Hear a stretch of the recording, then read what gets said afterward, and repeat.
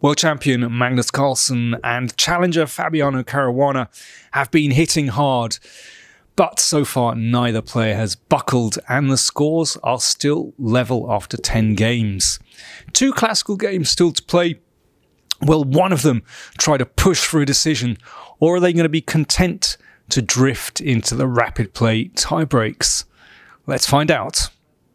A surprise at the opening of the game. The previous world title challenger in 2016, Sergei Karyakin, played the ceremonial opening move. Magnus Carlsen opened with his e-pawn and Fabiano Caruana went for his favourite Petrov defence.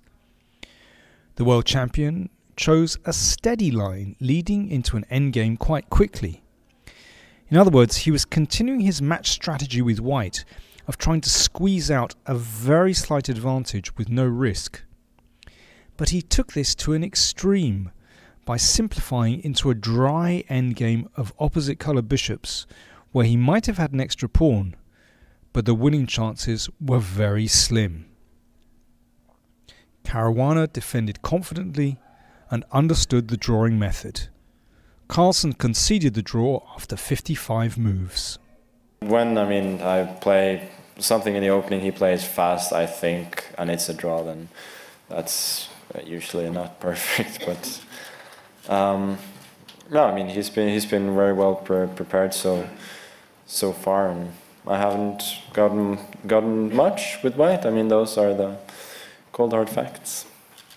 Okay, Fabiano, what are your thoughts going into the next game, the last game? What can I say? It's going to be a tough game. At this point, the tension is sort of at its peak. But if I knew what would happen, I would tell you.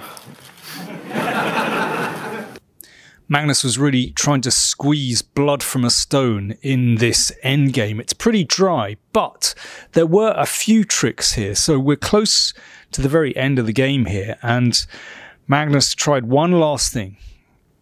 He played pawn to f5. Now, if that's taken, then white just blocks that pawn. That prevents the pawn moving, and then there's no way for this bishop to come back to take this pawn. So the h-pawn just rolls through to the queening square. So that's one little trick. But Caruana played bishop b1. Of course, he'd foreseen this defense.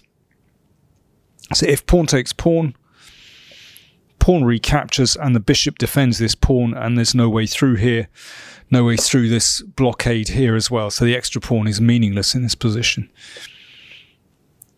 But Carlsen again tried one little trick here. He played bishop here. Just a waiting move to see whether Caruana would take here. And then Magnus can push on again. And of course the pawn wants to roll all the way through, and if pawn takes pawn, king takes bishop. And that's winning for white. But Caruana didn't take, and he simply played here. And that maintains this drawing position. If king takes pawn, then bishop takes pawn. And there is absolutely no way through for white. So that was a draw. Curious game, because Magnus went in for this opposite colour bishop endgame very quickly and could have kept more tension.